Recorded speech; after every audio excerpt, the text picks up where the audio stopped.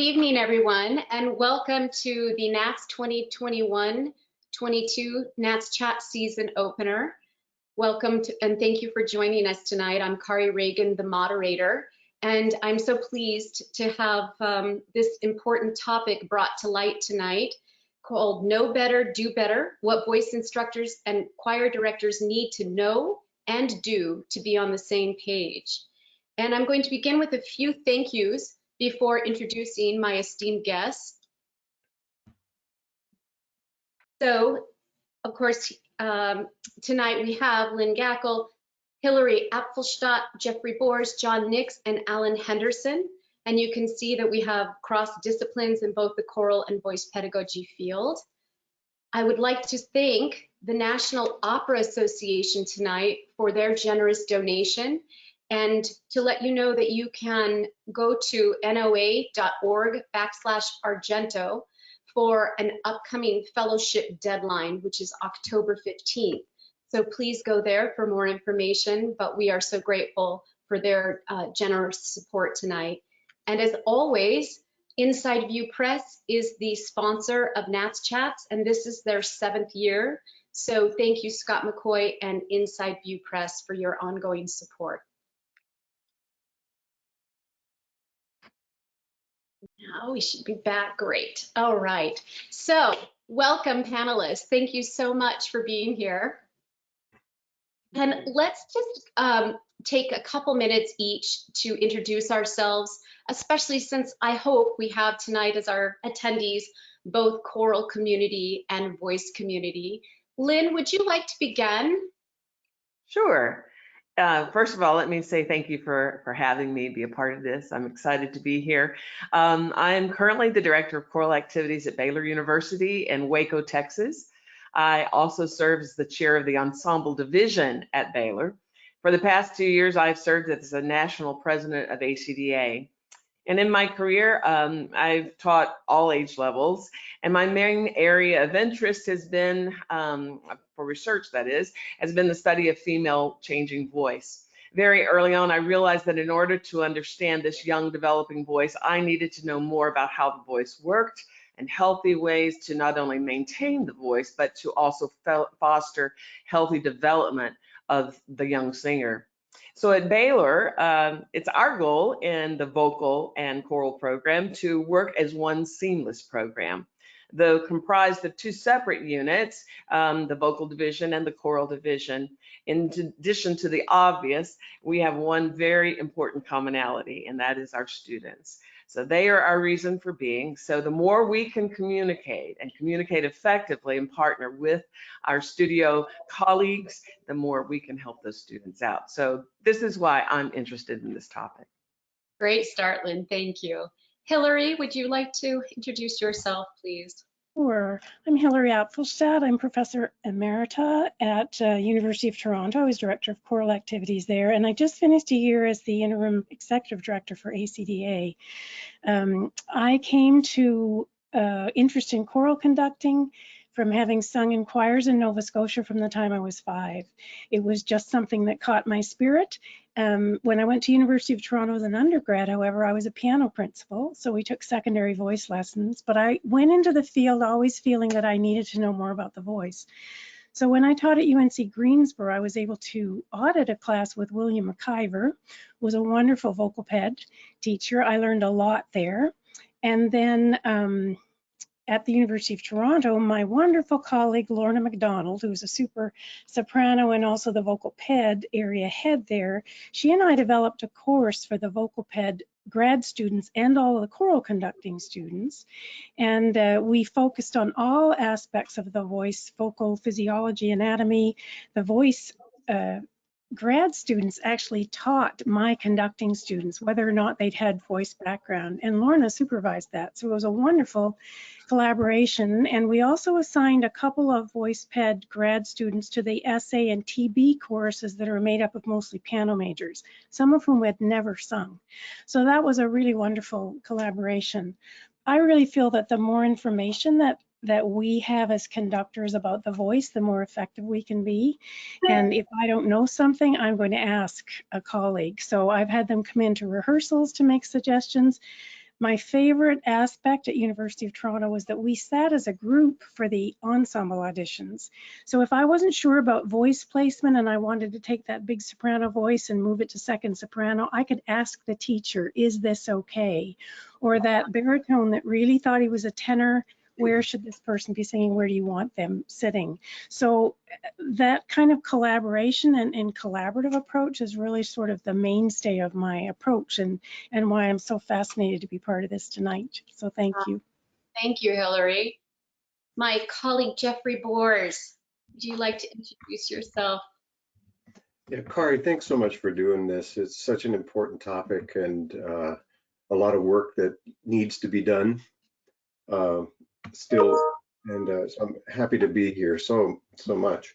I'm currently the Director of Choral Activities at the University of Washington and also the Director of the Symphony Tacoma Voices, which is the chorus that's attached to Symphony Tacoma, which is a very forward-thinking small town orchestra program. So that's been lots of fun. Another big part of my job is working with teachers and their choirs throughout the country. In fact, I consider that equal to the work that I do as a DCA at the University of Washington. That part of education is just, and educating particularly public school kids is just near and dear to my heart.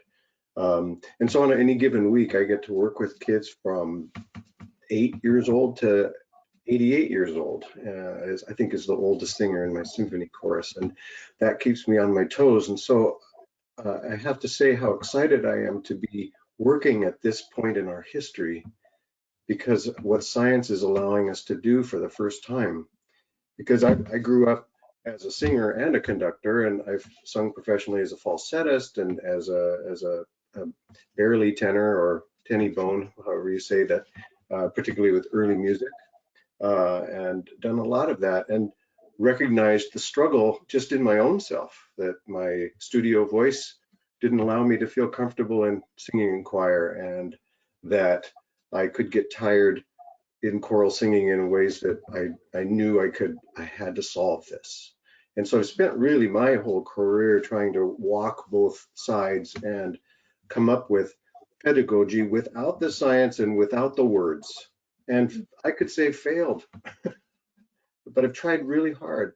And that's been very interesting to me. But it has been only maybe in the last decade or so that science has become much more available and much more workable. And I can tell you now, I'm having a blast singing musical theater and crossover genres, singer-songwriting things that I have never had the opportunity to enjoy. And it's because of all the work that's being done through NATS and Kari, your connections to the vocal scientists that you brought and pedagogues that you brought into campus. So I owe you a ton for that.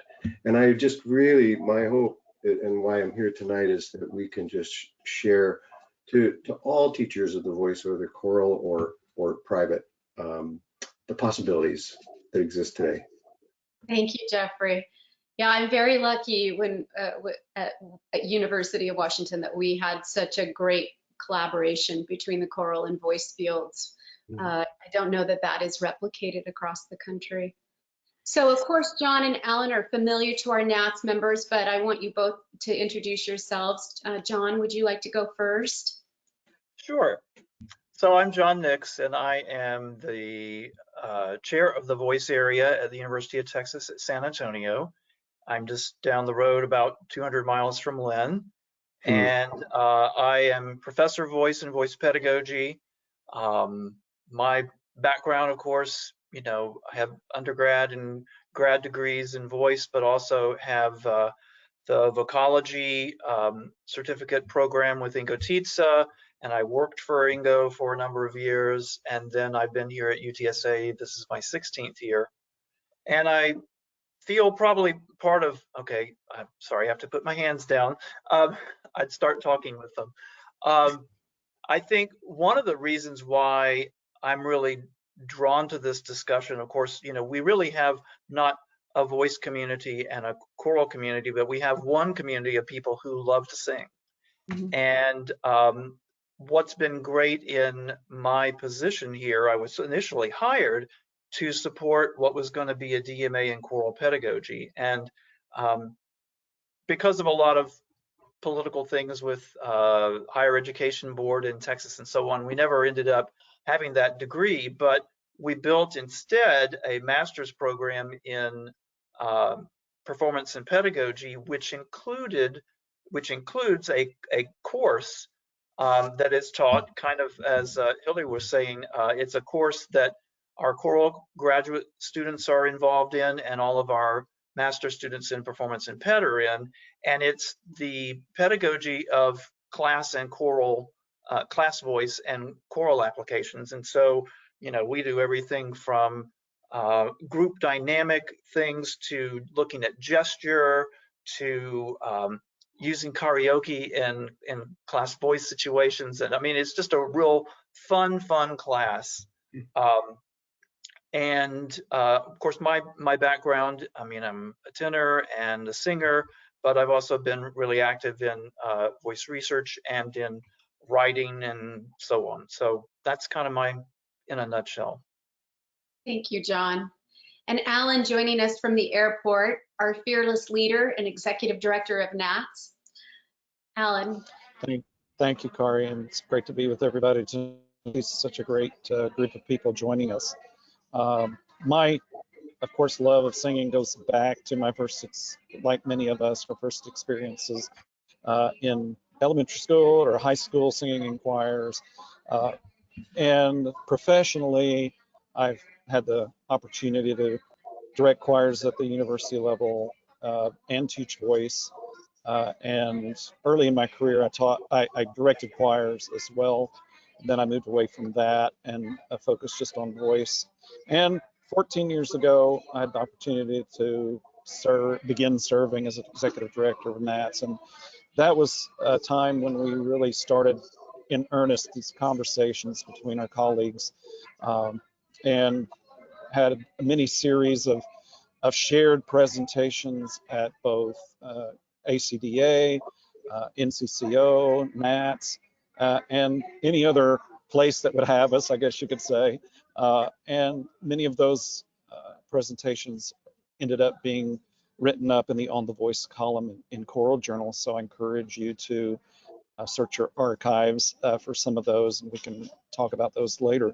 But these conversations have been important for our field, and I'm always reminded that there are always new generations of singers coming that haven't heard some of those conversations that we have to kind of keep reminding, and we have to keep returning to this conversation and keeping it fresh and keeping it relevant.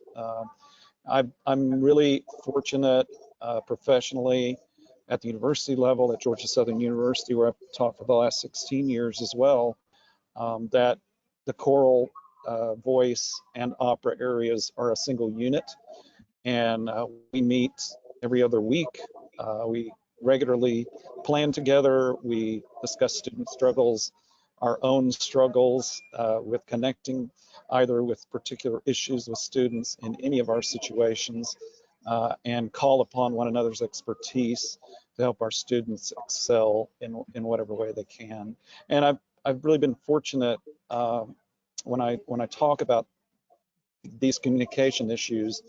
I've really been fortunate in my career to have excellent relationships across the table with my choral colleagues and with my opera colleagues, and that's given me a really deep aspect of what we need to do and how we need to keep conversations going, especially during the hard times, especially when schedules intersect, external pressures enter the room unexpectedly, and we have to give one another grace often, and we have to kind of keep talking through the tough issues. Thank you, Alan. So as we begin the discussion tonight, I definitely want to make certain that we talk about outside the academic environment. We all are academics, but I think it's so important that both for our independent teachers who primarily work with avocational singers who are in those community choirs at high levels and more fun levels, and then of course the kids that they work with that are the junior high and high school age who that is their first introduction to music and voice. So I want to make sure our attendees know that we are speaking to all facets of choral and voice and not just academic. I think that's so important. And let's dive into this discussion. You know, we all understand there's divisiveness between our disciplines, right? That has existed and still exists at different levels of frustration. But there are also commonalities amongst our fields between voice teaching and choral conducting. So I want to start there. I want to start with the positivity, and when you think across your neighbor to their discipline that's opposite of yours, what are the things that are important to you, the commonalities that are important and rise up for you? And Lynne, why don't I begin with you again, if you don't mind? Sure.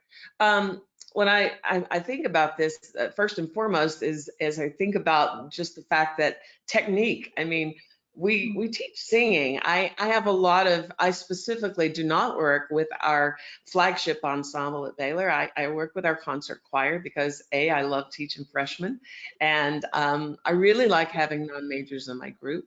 And it's very similar to a community choir, or it's similar to a church choir, because those people come because they really, really want to be there. And that to me is exciting. And the fact I realized early on that for some of those folks, I as a choral director will be the only voice teacher that they will ever see. Therefore, it behooves me to know as much as I can about how that voice works and how to say things to them to where it makes sense without getting all, you know, with the big terminology and everything, but that it creates a healthy environment, a healthy progression for them, if you will. Having worked with young singers all the way from 6, like Geoffrey said, 6 years old, 8 years old, all the way through church musicians up to age 80 and 90, who the whole idea is lifelong singing for me. I just think that the human voice is probably one of the most intimate things that we engage in as people, as far as singing as a group. And so I became a French horn player because my voice was too breathy at junior high to sing in the choir. That still haunts me, but it also prompted probably my desire to study this a little bit more. But I think that the action of the ability for people to come together to sing. I use a little analogy. I don't think it's by chance that this apparatus lies between here and the heart. And I think that so much of what we do is life-changing. And I think in this period of time where belongingness is huge for us as individuals, post-pandemic, pandemic, pre-pandemic, I think we're finally admitting how much we need each other, whether that's singing solo or that's singing as a group. Those things are very important. And whatever I can do as a choral conductor / voice teacher to help people feel like they're taking the instrument that they've been given by God to do something, to express themselves better. I feel like that's my job. And as far as communicating with my colleagues, that's what I want to do. I want to learn more about it. This is something I was not fortunate enough to take a pedagogy class. It was not offered. So all my career, I've been digging out information and going to workshops and talking to people like John Nix and saying, now tell me about this. And yes, I did go visit up in Colorado for a while because I wanted desperately to understand more. And the Voice Care Network was some place that with Leon Tharman, Axel Timer, and that whole gang, I learned a lot, and it was eye-opening for me. Opened up worlds of possibility. I did that because I love my singers, and I want to be the best for them that I can be, and the only way I can do that is to learn more. So that's kind of why I think this is so important. Thanks, Lynne.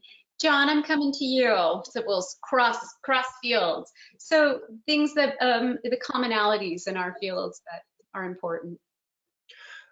Well, I mean, Lynne hit on so many, and I love the analogy of, you know, the voice is kind of halfway between the heart and the head there.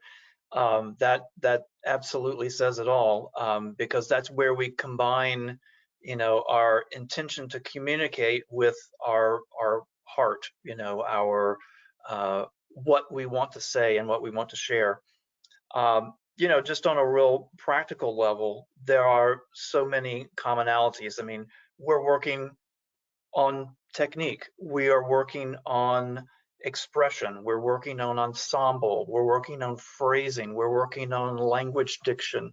So many of these things we're sharing as voice teachers, as choral educators. So, I see what we have in common as a whole lot stronger than what we have maybe that it's different. There are some different ways that we approach and some different goals that we may have. But I think, what we have in common is so much more strong than what may be different. I think, some of the ways in which we listen and the ways in which we give feedback may vary, but again, this is a human instrument that we are playing, and no matter how we go about teaching, whether it's one-on-one or with 100 people, remembering that each one of those individuals is there because they love to sing, and that it's our job then as informed leaders to help them sing easier and sing more expressively, and that shared music making that is just defies description.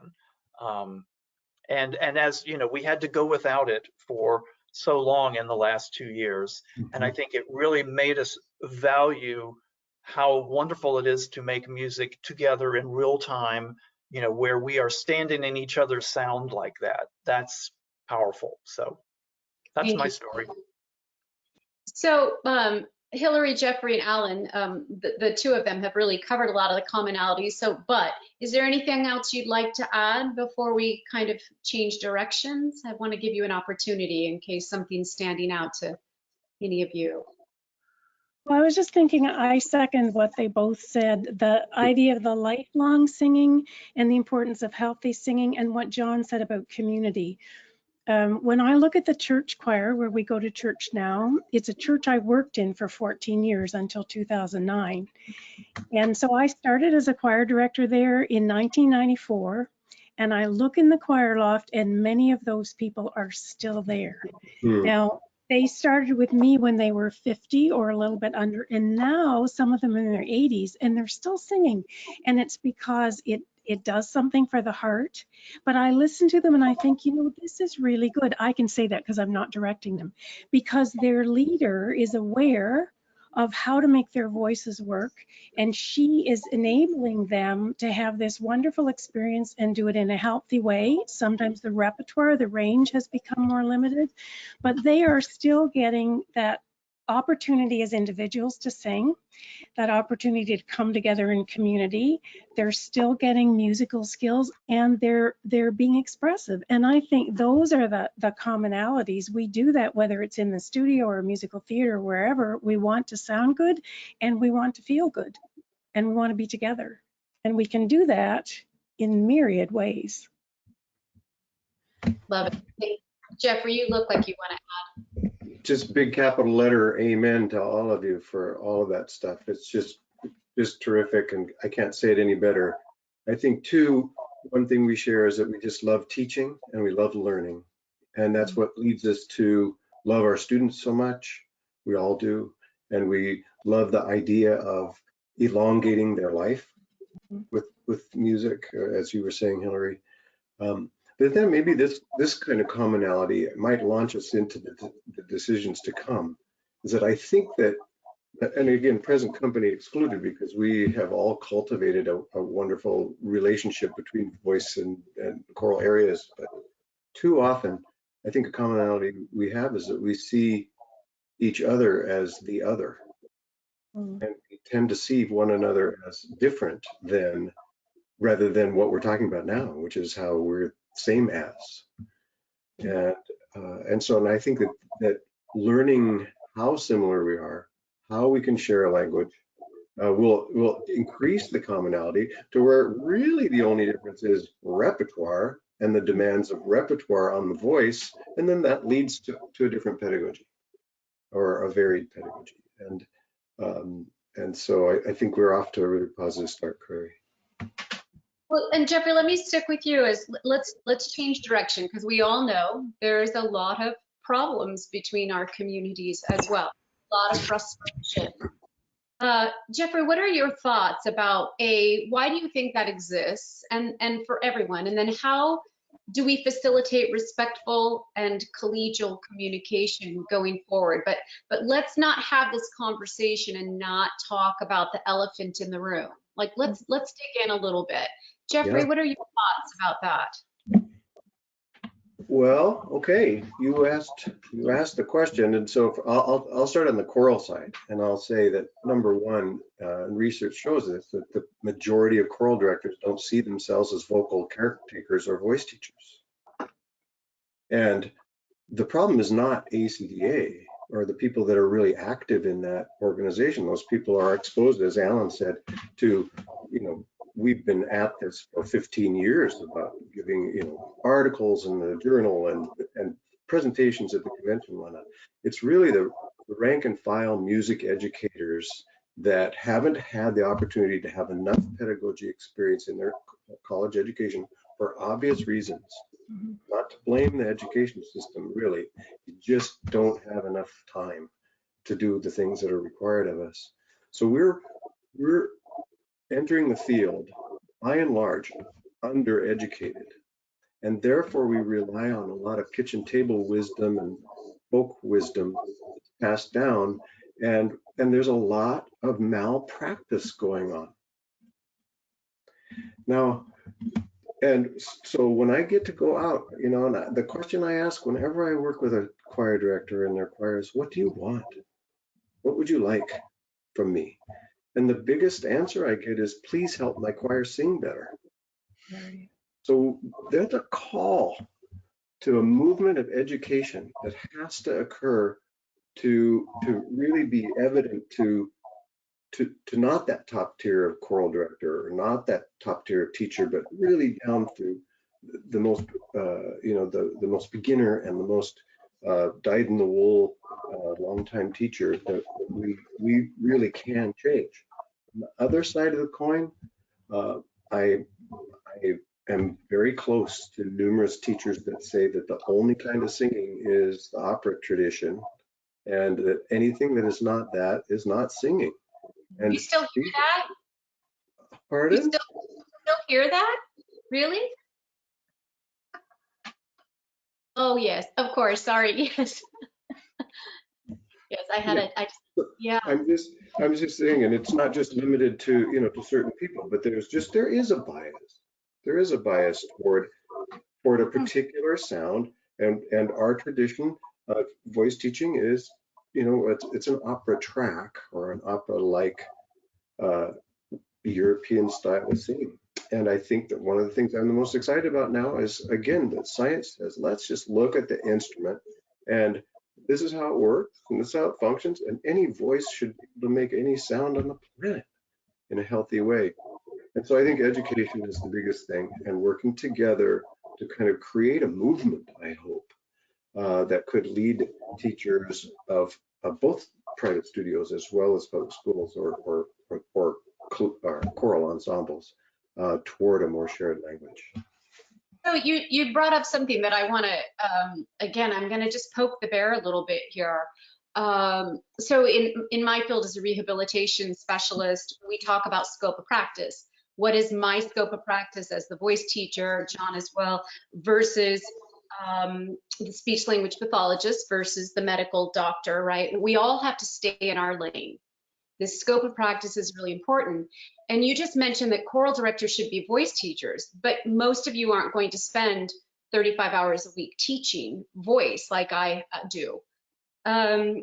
Just like I was in a top choir in college, but I could not walk into a choral rehearsal and really be effective like you guys are. It's just not in my wheelhouse. So what do you guys think about that scope of practice and where your expertise and knowledge and expectations of that should lie versus a voice teacher? Hilary or Lynn, let me start with you and then I'll move to Alan. I wish that, as Geoffrey said, I wish every undergrad who is ever going to work with a choir could have a vocal bed course. And I realize that at the 3 main schools where I taught, they all did. That doesn't mean they went out and, you know, are the best teachers in the world, but they had that opportunity. I had not had it myself, and that's why I always felt I was catching up.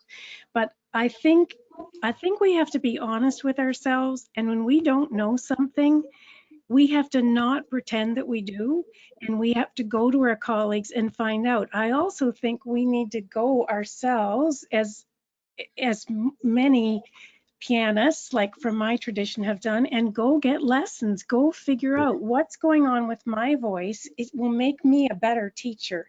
But anytime you hit a wall, somebody can help you get through that wall. And I think some of us are too proud sometimes to approach it and say, look, I don't know what to do. And the times when I would humble myself to do that and some colleague would come in, I'd think, oh my goodness, you just unlocked something or other. And you know, when I was young, I thought, oh, the students will think I'm so stupid. And then when I got older, I didn't care. I just wanted the answer, and however I got it, it was fine. And maybe they saw, oh, here's a collaboration. Here are these people working together. That's a good thing. That's what I should be doing. It's like that kid who goes out and ends up teaching choir when they're a band person. Oh my goodness, they need to find another choral person or a voice teacher and get help. Don't be proud, you know, because those students or the people in your community choir, they will be shortchanged if we don't do that. That is so true. I was gonna just amen that one because you know, I did not have that vocal ped opportunity. However, what I did have was the opportunity to study voice, and I did that as a master's student as well as a doctoral student. Not so I could give recitals, I have to tell you that, but so I could continue to learn how to say things to my students that were the right things to say, not just what the table knowledge or whatever you called it a while ago, Geoffrey. That I liked that. That whatever my director told me, you know, I'll just keep spouting that out. But I wanted to learn more, and I think that a pedagogy course is for every music education, vocal music education person is huge. And it amazes me to see graduate students getting graduate choral degrees and they don't study voice. I think that's amazing to me. Just like it just stops somehow right at their, you know, the senior year. And I think that that's something that we have to continue to do. And yes, know what you don't know so that you can seek help on that, and bringing people into the classroom and getting feedback. Huge. You know, I love it when my colleagues come in and talk vocal things, diction things, whatever. It's enriching for me. It's enriching for the class, and I think that that's important. What you said is spot on, Hilary. We have to get over it and throw the pride back there and seek to know. Doug Gardner says scope of academic voice pedagogy should be based on function, not opera or any other style, classical or otherwise. And I think we all agree to that. And I have to say, Doug, in my experience, most of us teaching pedagogy across the country nowadays include Western classical as well as cross training. That's pretty standard in the field of voice pedagogy, those of us who are teaching in the academic setting. So I think that's really changed profoundly. Alan, I'm coming to you. What would you like to add to?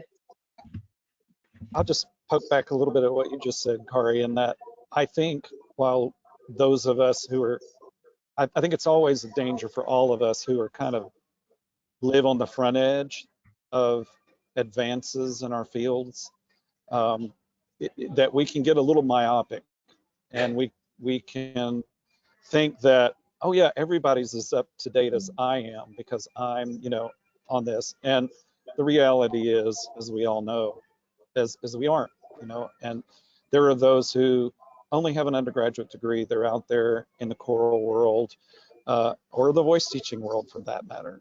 And if they didn't get that grounding, hopefully they're out there seeking, you know, that professional development to expand their skill set.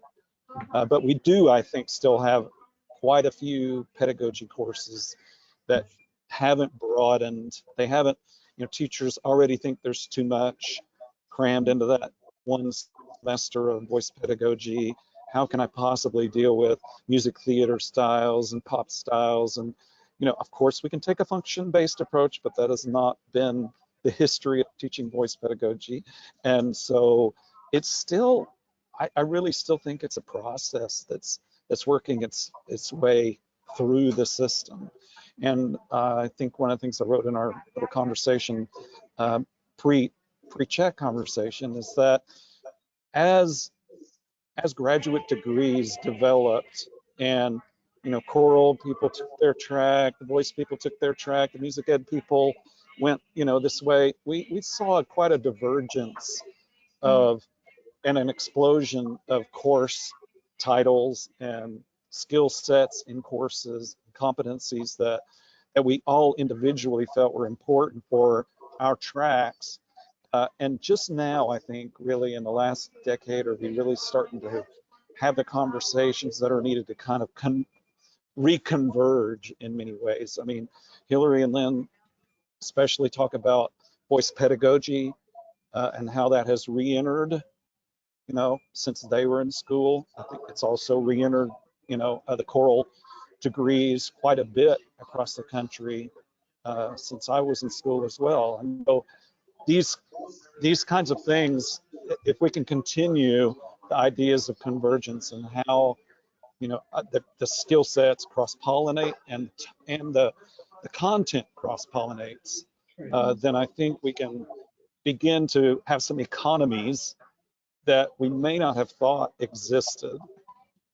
It's one thing to say, oh, there's no room for this, there's no room, and we all know, things are crammed. But if we really sit down and look at it, and we really have the conversations with our colleagues, and I've found that we've always found a way. If there was something we really wanted to accomplish, to come together, there was always a pathway to do that if we're willing to kind of sit down and put it on paper and figure it out. I definitely think those of us in the academic setting, or those of you in the academic setting, really have to continue to examine the curriculums. I know Geoffrey and I at the University of Washington really looked at the Muse Ed degrees, the choral degrees, to find out if there was a way, and it would take a lot of work to restructure. But I'll tell you, at that university where I was, our doctorate in voice performance are not required to take a pedagogy. So to Hilary, to your point, there are voice programs that do not require at the undergraduate or doctorate level. They are not required.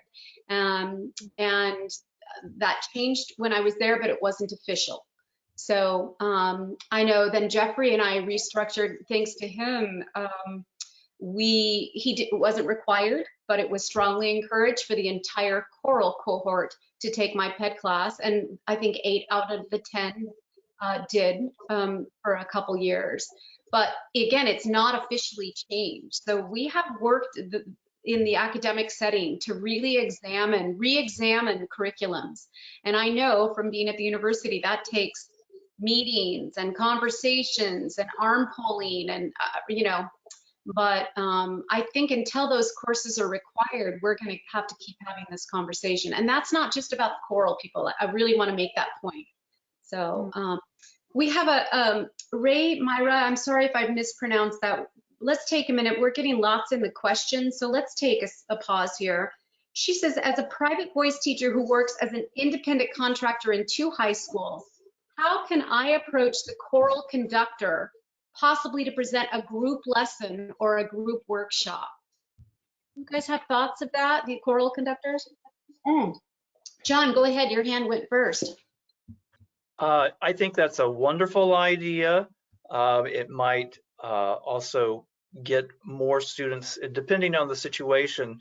Some schools, the school pays the teachers, to be there. Sometimes they are an independent contractor and they have contracts with the students, or the choir boosters pay. There's a whole variety of ways in which this is funded. But I think this idea is wonderful, and if having that conversation with the director, who your work as the voice teacher should be helping to make the sound of the choir improve, because there's individual attention to the needs of those voices, and say, look, why don't we take this a step further? There are kids who financially maybe or time-wise can't be in individual lessons. Let me come in one period when you normally might, it would have been a day where you wouldn't have had a lot of stuff going on, like the day after a concert, and let me talk about vocal health or being a smart singer in rehearsals, or a chance to cover some of that content, and bring the singing teacher's expertise into that situation. And I think one great way to start a conversation like that is, say, I'm working with the kids and they're telling me about some of the pieces that you're working on and they sound really exciting. And I want to be sure that I'm helping your choir, helping them to meet the demands of the music. So, the students have been mentioning this piece is challenging. What are you after for this piece, and how can I in the studio help the students learn how to sing pianissimo for a long period of time, or to manage a difficult tessitura, and having that kind of conversation, say, hey, maybe I could come into the class and just do a session with the whole choir at once, and that's going to be more efficient for my time in the studio with the students, and it might be able to make a bigger impact on more of the people in your choir at the same time. So that kind of conversation. Another possibility would be, I've done things, I used to work some with the Boulder Chorale in Boulder, where the director had Saturday morning classes where she did musicianship stuff, and she would have some of the master's and doctoral students come in and present on various topics to the choir, which was a volunteer, 20 to 80 kind of age range group. And, she was trying to raise the level not only of musicianship, but also the singing quality of that group. And so I came in, as kind of one of her pedagogues or whatever on call, and did some workshops. And I mean, it was great teaching practice for me as a young teacher, and it was a great way to help raise the level of that choir. So I think there's a lot of ways you could sell that, in terms of having that conversation with the teacher. You're adding value in one way or the other, and I think you could really raise the level of the whole choir by being able to do something all at once. Great points, John. Really wonderful. Rebecca, thank you for your question. I'm going to just summarize it. I love that I believe you must be a choral person, runs 2 choirs and teaches 15 hours a week, but is wanting to know, where does one get extended pedagogy? So for those of you who are not NATS members, maybe you primarily live in the choral world, there are so many places nowadays, and especially since COVID, online, where you can take functional voice training for really reasonable rates from great people in our NATS field. And so I'm not going to list now, but you are welcome to contact me. You're welcome to list on the NATS chat Facebook page. And I would be so happy to direct you to places that you could take those courses. They're really available and accessible, and you can learn fundamentals of voice function, anatomy, physiology, acoustics, cognition of the voice, motor learning, that will help you. So I just want to respond to that. And I want to read Jennifer Rogers, because Geoffrey and I both know her. He was on her doctoral committee, and she's a voice choral person. So she says, to complicate the choral conductor as voice teacher conversation, there are many thousands of singers who won't ever enter the solo voice studio for a variety of reasons. For them, their choral conductor is the only voice instructor they will have, regardless of the language or training of that conductor. How do we bridge that fact with the voice instruction that choral singing requires? Anybody want to respond directly to Jennifer? I'm not quite clear on the question.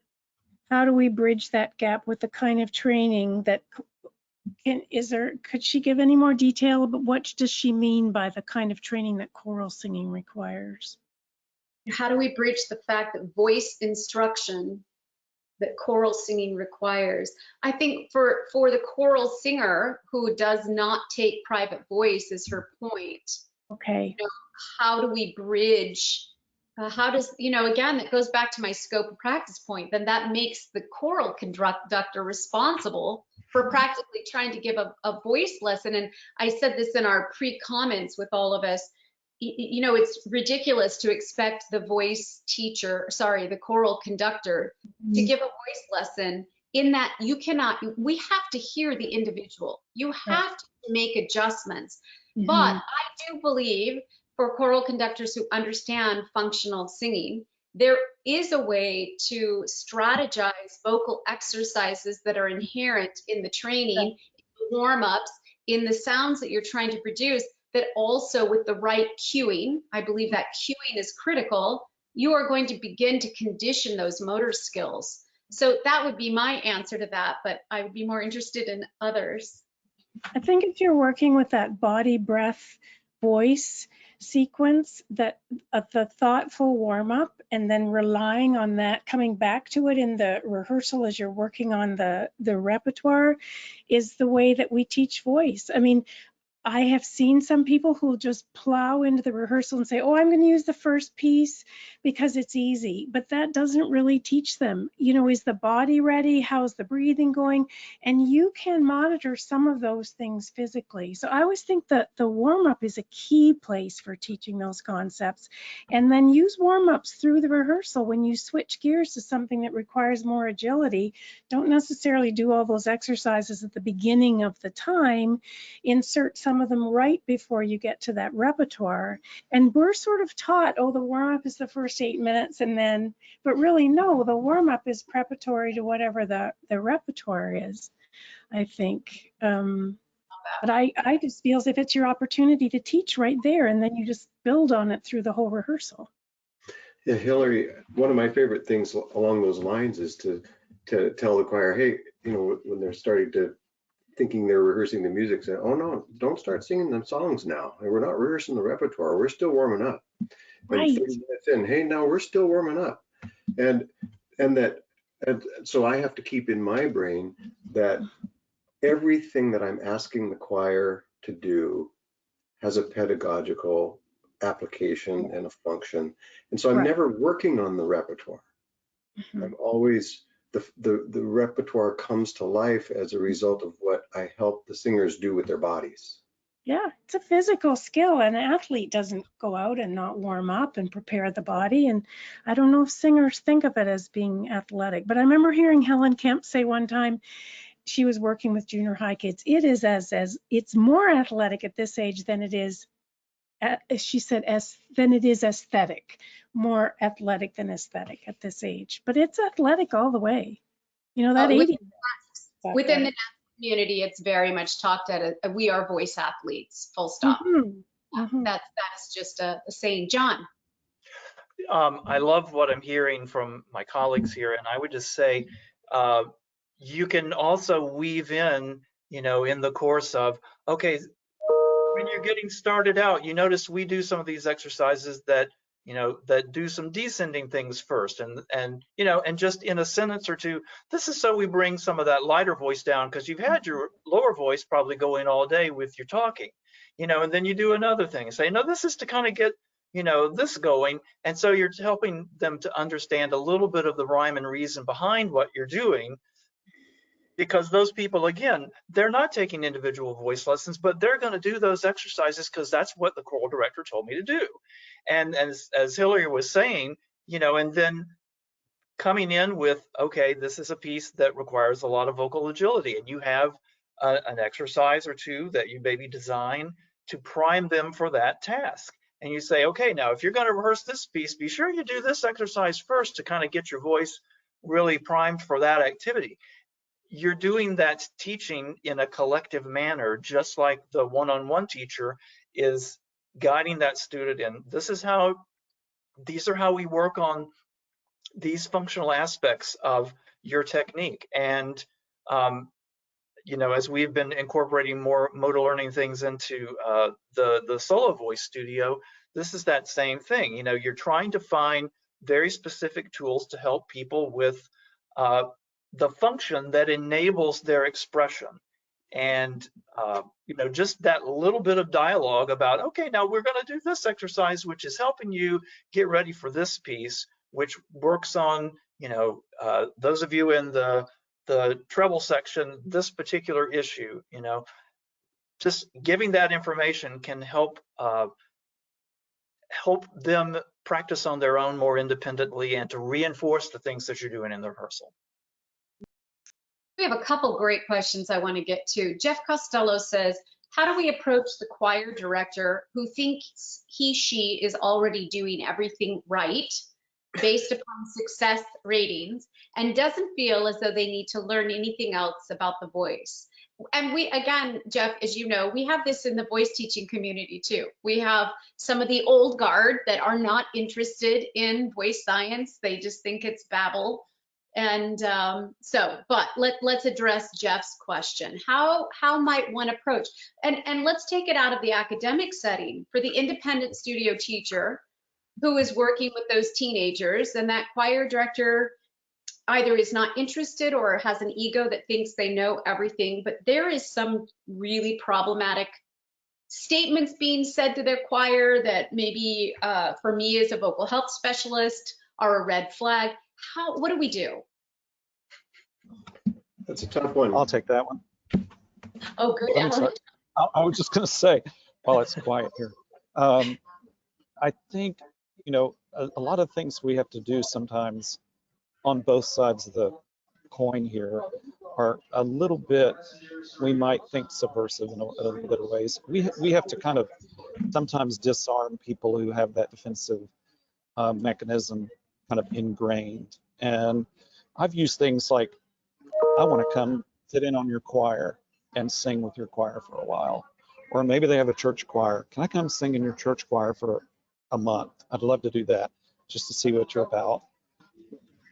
Another opportunity, I think, is when we're teaching a student in their choir is, I've been working with Julie on this particular technique. I'd love for you to come to her lesson.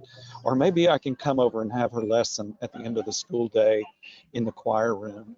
I want you to hear what I'm doing with her voice and how it's developing. I really think, you know, with a real positive frame of reference, and open the door for some of that kind of cross-pollination without trying to confront the resistance. I've found that to be very successful, you know, strategy that just kind of begins to break down some of the defensiveness on both sides. And you know, I've directed church choirs for 30 years, and I just retired and went back to sit on the back row with the basses and bother the new choir director, you know, and so just kind of over the years too, this idea of the fact that because people haven't had voice lessons, they're not interested. Over the years, I've had so many choir members in my church choir come to me, you know, can I have a voice lesson? Or if you don't have time, can one of your graduate students teach me some voice lessons? You know, keep that conversation and that door open. Just because somebody hasn't had exposure to voice lessons, and you may think they're resistant to that somewhat. Many people, they have busy careers, and suddenly time opens up as they get more mature, and they open their minds and their thoughts to new things, and the opportunity to do that is one of those. I love that. Alan, is that your flight? Are they boarding your flight? Okay. Geoffrey, it seemed like you wanted to add to that. Well, I think the little hint that of where the problem lies is that adjudication so often kind of leads to this idea of false sense of excellence, or excellence across the board, or a sense of arriving. And my question to everybody is, well, Carl, you're getting ones a contest every year and gold medals, and you've won this competition and all that stuff. Well, what's next? What's going to keep, what's now possible? But when a particular adjudication style in a particular state allows a choir to get a 97 out of 100, I mean, I've never had a choir that's a 97 out of 100, whatever that means. And so, I mean, that's why I had done a choral literacy rubric over the last number of years, and it wasn't built on that kind of a scale. It was built on birth to death kind of growth, and anybody that would kind of look at where they stood could get a score, but they would recognize there's always something more. Mm-hmm. And I think what this points to doesn't answer the question. But there has to be a movement from the leadership in all of our bodies, NAFME, ACDA, NATS, Choral Canada, CMEA, together to say, look, we know more now, and we want to have a movement that allows us to do better, allows a choir director to teach a Renaissance motet, a South African song, throat singing if you want, a musical theater piece, and deal with all the sustained music and the incorrect tessituras that are being composed, and you name the problems in the choral singing. But we can do it healthily and help our singers if we know more. And if we move together and develop pedagogies that people could use and resources for them that could be in every classroom, that's the way to start moving this big boulder. Love that. I love this next question. If you are looking into graduate school programs and you want to be an informed music teacher director, how would you suggest deciding between Muse Ed, Vocal Ped, and choral conducting programs? I cannot wait to hear the answers to this, because we all get asked this all the time, right? So Lynn, I'm just gonna go around to everybody. Lynn, I'm gonna start with you. Wow. That's really good. That's a hard question. It really is. I'm one of those people that was always felt like they changed horses on me in the middle of a stream. I'm a music educator. I got my degrees in music education. I got my PhD in music education. And then I found I was too music education for the performance folks and too performance for the music ed folks. I really thought that to be a good conductor, to be a successful conductor, one must really be a good teacher. And so that's the reason I stuck with education.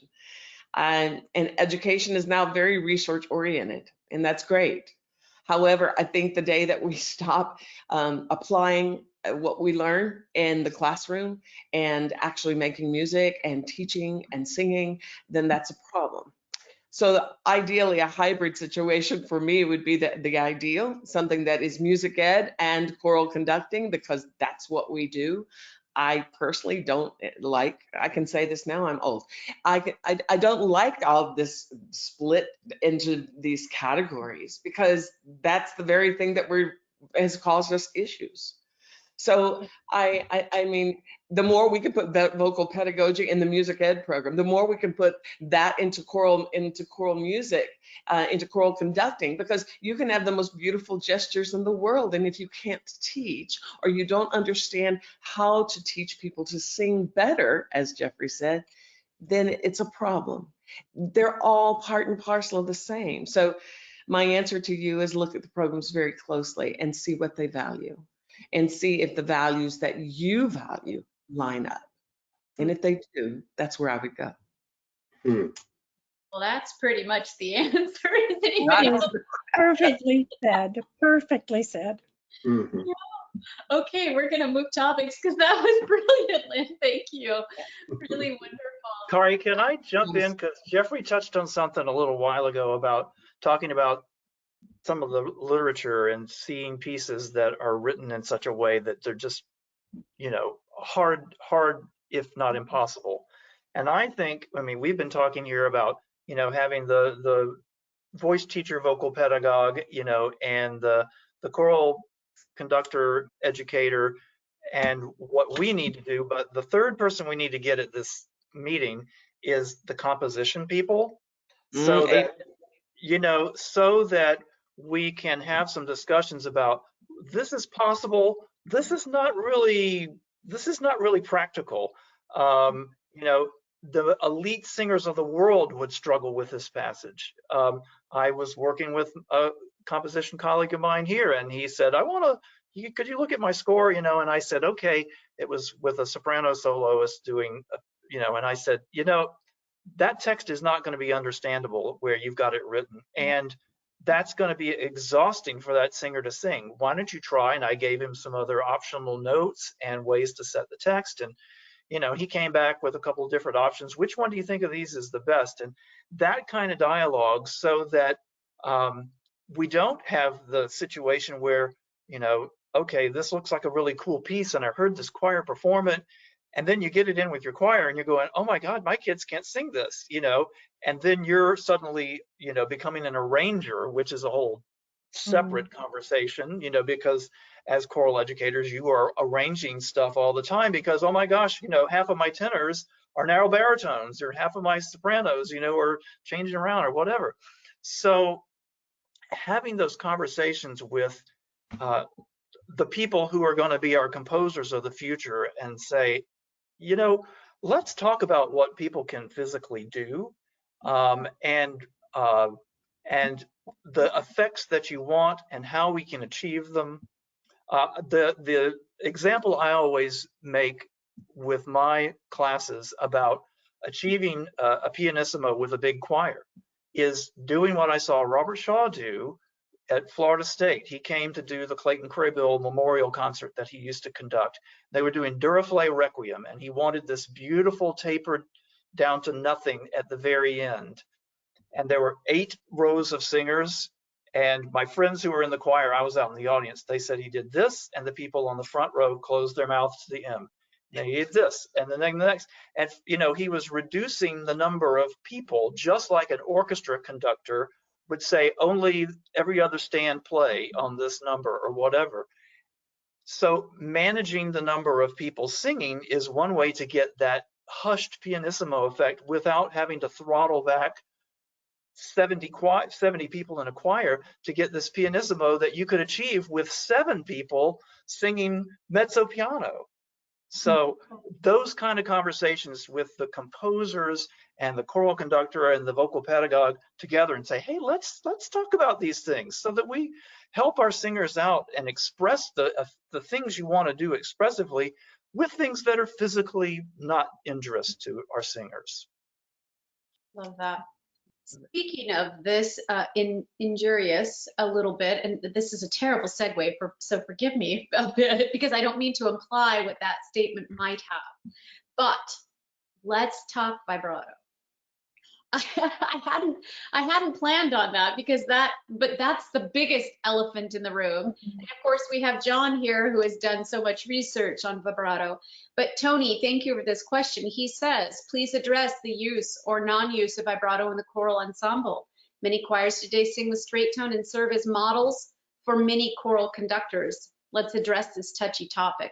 So we could have a whole NATS chat on that. So, but you know, it is a frustration. You know, my singers come to me, choral singers, oftentimes I have to say injured. And it is often because they have been asked to straight tone in a choir. And for women, they've been asked to sing above the staff in a sustained way, like a prepubescent boy, and sing these sounds over long periods of time. It can be problematic. So Hilary, jump in. I think vibrato is a color, and I think that I never use the term straight tone. Sometimes I will ask for a simpler sound or a lighter sound, but for me, when the vibrato gets to the point where it affects the tuning, then it becomes an issue I have to work with. And so I don't ever think in my life, even in Renaissance music, I asked for no vibrato. But I've had a lot of singers, and Lynne, I'm sure you have as well, who come to choir thinking the 2 bad things that are going to happen are she's going to ask me to sing with straight tone, and I'm going to have to sing pianissimo. Because somewhere in their history, they've had that experience, and it breaks my heart to see that, because it's not, there's no color there. There's no color, and all music has color. So for me, it's a matter of taking the singer's vibrato, what's the natural vibrato, and then do we need to adjust it? Sometimes we can fix it by moving people around so they're standing by somebody with whom they're more comfortable.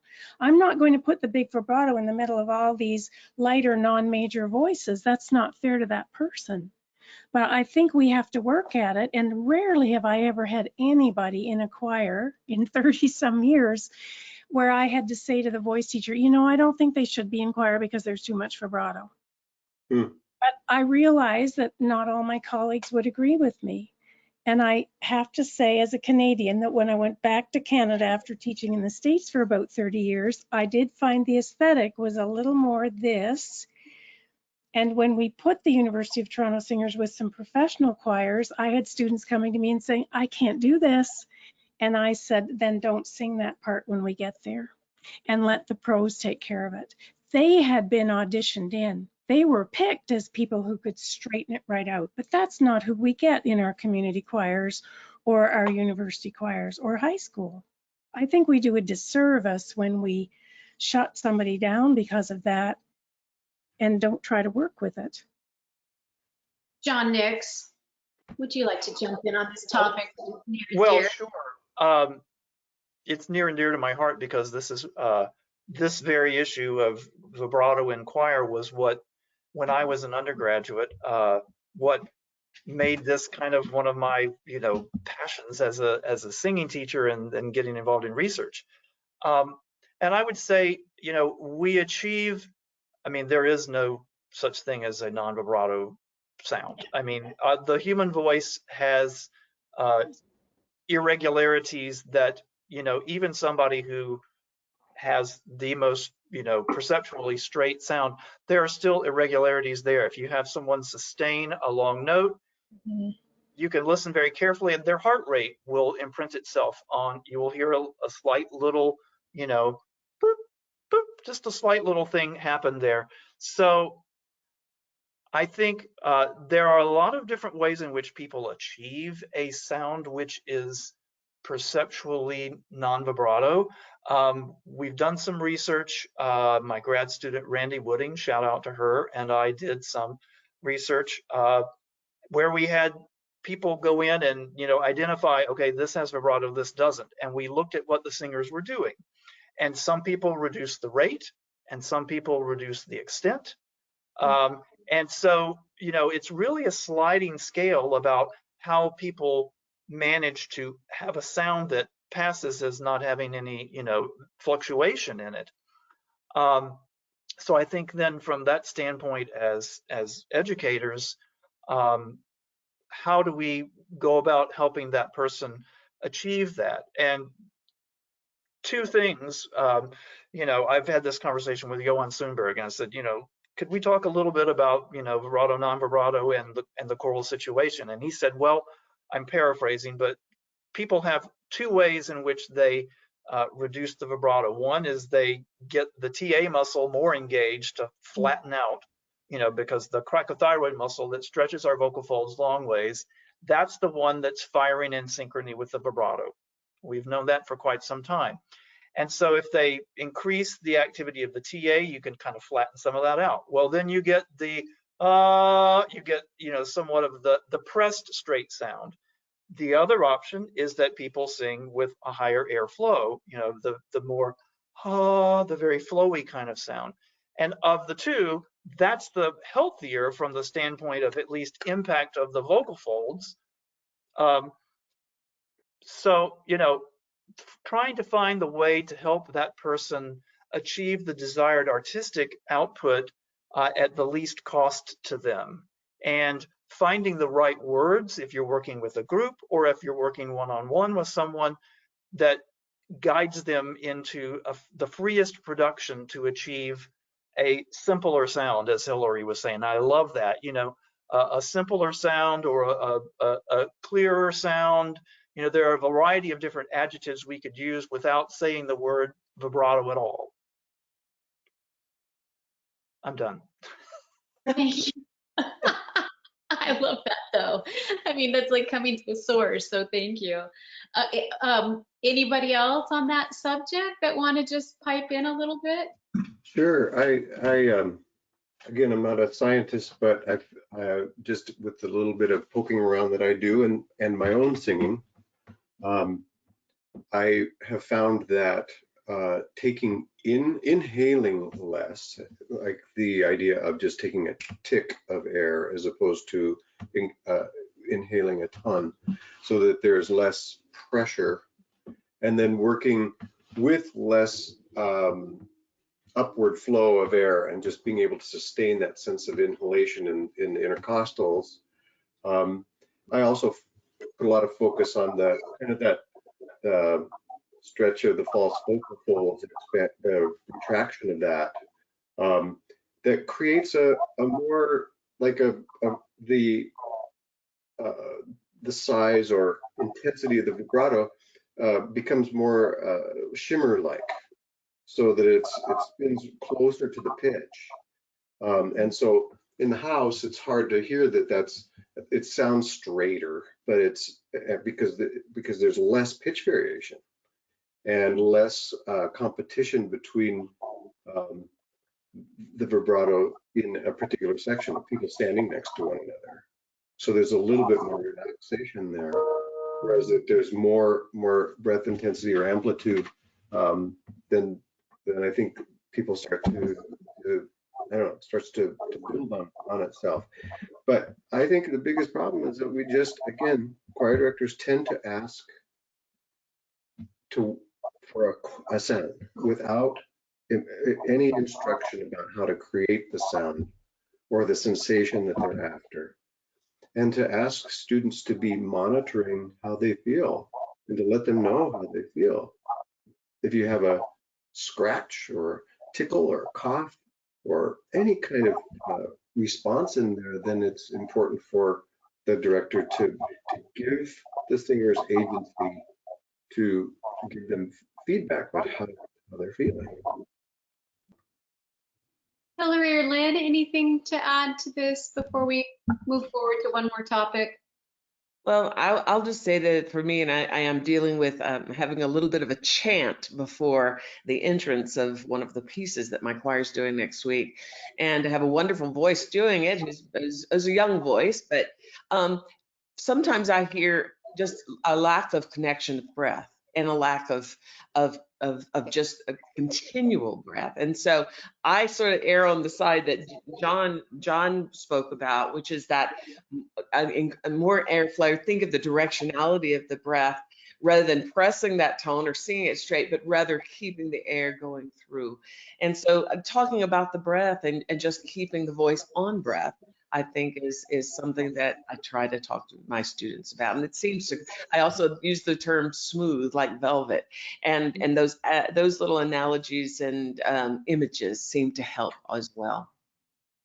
I love that images can have a profound impact, especially when you cannot work one-on-one, Right. you know, and address the specificity of function and what we're hearing. And I, you know, in our voice teaching world, imagery sometimes can get a bad rap, right? But sometimes imagery, as long as I say, it's based on function, as long as the people giving the imagery have an understanding of true foundation of function, it can be really useful. One more topic, guys, if we can hang in there. I want to just go to terminology, because this is an issue we're not going to solve tonight. We can't even solve it in the field of voice teaching. Right? So how in the world can we come to some understanding between our disciplines? But there is terminology that is, I don't know, John, help me with this. There is terminology that's coming out of voice science that many of us are adapting, and we are finding some common language. Anyway, I just want your thoughts. How do we handle this terminology across our disciplines? Are you asking me to start? Sure, John, go for it. Well, you know what the scientific world does is they get people together and they hash out to where there is an agreement of this is what we all agree this term means. I think one of the biggest words that it would be wonderful to get agreement on is the word resonance. Mhm. So that resonance, well, and another one that I love in teaching pedagogy class is open. Are we talking open mouth, open vowel, open throat? You know, and resonance, which for most people who are singers and a lot of educators is actually the sensations we feel, not what actually a scientist would understand as resonance. So I think having people get together and have some discussions.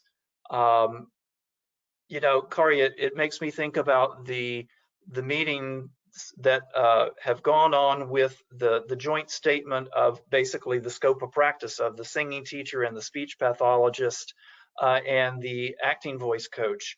You know, where we have those joint statements of VASTA and NATS and ASHA. And I think having some kind of working group, maybe between you know, ACDA and NAFME and NATS, and maybe include NISTA in there as well, and just get these big voice groups together and say, let's get some common terminology. And this gets to some work. I know Alan probably had to catch his flight. We have a group that is getting started, really at looking at the curricula, so that, okay, your institution has a 1 semester pedagogy class. What do you include in that? You know, so having some agreement of this is kind of common stuff if you go to a school that has a 1 semester pedagogy class, or if you have 2, what are the content areas that you cover? What are potential textbooks? And that way, when students go from undergraduate to a graduate program, that grad school could go, okay, they had a 2 semester sequence, so they've covered the following things when they come into our program.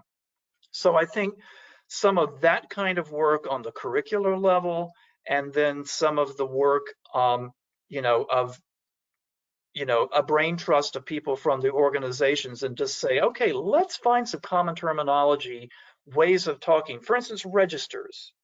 You know, the voice teaching world is moving towards, you know, M0, M1, M2, M3, rather than fry, chest, head, and whistle. And because, for a variety of reasons, but also it takes away some of the baggage that goes with some of those terms. A common way to talk about vibrato would be a real blessing. And, you know, so that we understand when we say the word extent, we're talking about the frequency excursion. When we talk about rate, we're talking about how many frequency excursions per second. When we, you know, and just some common terminology about something like vibrato, and maybe, you know, get Ian Howell on this discussion and some of the stuff about color of sound, and what that means in terms of, you know, how we perceive sound and what's going on with that. So I would love to have that. I'd love to be on that group. I think that would be a wonderful group to have, so that then we can talk to each other really without a lot of the, oh, by that I mean blah, blah, blah, blah. It's a Geoffrey. glossary, isn't it? We need a Yeah. glossary, and then it needs to be virtual in the way that, for example, we can go on and we can check resonance, okay? And then we hear some examples, because if there's sound connected, then for those choral people in particular who don't have the vocal ped background, then they understand what you mean. But I hope we are beyond the stage, but I know from experience we're not, where people say, sing from your diaphragm, sing from, you know, we don't even have the physiological knowledge, the anatomical knowledge. That's why the glossary has got to have lots of examples and resources for people. But wouldn't that be wonderful to combine?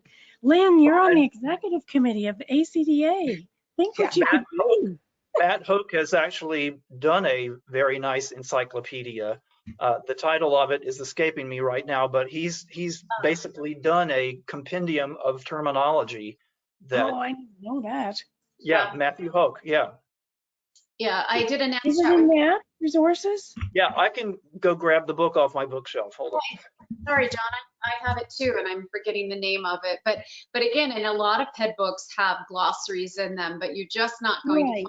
find, And you you're know, not hearing, it's the sound, yeah, that you're goes with not it. hearing it. That's exactly right. Geoffrey, I can tell you'd like to jump in here. Oh, hang Well, on. There it well, is. just, there we go. Yeah. The Okay. Dictionary for the Modern Singer. And there is a NATS chat with him from about right when it came out, maybe 4 years ago, I think. So yeah, Geoffrey, go ahead. And I was just reflecting on Jennifer Rogers, who is with us tonight, and her dissertation was all about collecting common choral comments or words that we use, dark, bright, forward, back, straight, and etc. And the most common ones, and then dug in pedagogically about what and how problematic those words are. And so what the upshot of that is that our choral methods courses and choral pedagogy courses have to really, we're really passing on this language from teacher to student all the time. And when we talk about, and we just got to jump on that bandwagon, Kari, about function. What's the function? When you say forward, are you talking about your tongue position? Are you talking about your lips? Are you talking about your jaw? You're talking about the AO joint. Are you talking about warm and etc. So if we can talk about, here, do this with your tongue, say this word, and or give them a prompt that would say, okay, that puts your jaw and your tongue in a position. Okay, well, there's your anchor, and stay there for this phrase. There's so much that we can do to create these languages, and again, that not to sell this rubric idea, but that was the whole function. I sat down with you, Kari, to do it, and sat down with Alan and went through this, and with Ken Bozeman. The whole idea is for us to get NATS and ACDA and NAFME and the Canadian bodies on the same page with regard to what are the outcomes of good singing at every level. And then COVID hit. COVID hit. Yeah. Then COVID hit, but yeah, there is a document started. Well, And Geoffrey, I read that too and made comments on it, and I thought it was a wonderful, and I know Lynne was commenting on it too. I mean, there was a bunch of us that, kind of got pulled into that, and I applaud that. Yeah, so I mean, there are resources out there, but I agree with you, John, that we need to have a multi-body committee and a movement that really starts to brainstorm and swing for the fences and just say, hey, what's possible? How can we change, and inspire the next generation of conductors to be much more informed than we were. yeah. And I have to say that I agree with you on that. And I think, Hilary, your comment about if we could have a repertory of what it sounds like, because it becomes it's so subjective. Even reading about it, I can read, but that's really hard. But a picture's worth 1,000 words, especially an oral picture. An audio file is worth 1,000 words in this case. but we live in the time when has it ever been more available to do something like that? I mean, it's a possibility. Yes, John, I'm sorry. Well, and I'm just going to say, I mean, a lot of the training now with speech pathologists, I mean, you can go and listen to examples of, okay, this is a voice that has this disorder. Here is an example of, pressed phonation. Here's an example of, so that they get trained on these various perceptual scales to be able to rate people. Okay, this is a 5 on this scale. And we already on the NATS website, I mean, we have associated with the national auditions, particularly with music theater, there are examples you can listen to, okay, this is an example of this, I've used that with my PED classes, where you have these examples of singers doing various genres and various styles and so on. A sound inventory for training purposes might be really, really good. I love that. Some anchors. Brilliant. Well, I cannot thank you all enough. What a privilege and honor to sit with you all. And Alan, I'm so sorry Alan had to leave to catch his flight, but really to sit with these great minds and people that I think what struck me the most as we all started our communication a month ago was the heart with which we wanted to approach this subject, you know, and I think that can be a model for how we move forward and continue to bridge whatever gaps might still exist. And I think for me, that was what was most important for this conversation. So I thank you for contributing to that end result. Really, really appreciate it. So, well, thank you everyone for joining us. Before I lose you all, let me just tell you the next NATS chat will be November 14th, where we are going to discuss diversity, equity, and inclusion in the voice studio, cultivating brave spaces. And then in December, John will join me again as a co-host this time. And we, speaking of terminology and hot topics, we're going to get into registration, the snake pit of vocal pedagogy, with two of our voice scientists, Jan Speck and Christian Erbst, and that will be December 12th. So I hope you'll continue to join us throughout the season. And of course, all NATS chats the last 6 years are archived and you can find them on our YouTube channel. So thank you, everyone. Have a wonderful and safe rest of your October, and I hope to see you all in November. Have a good evening.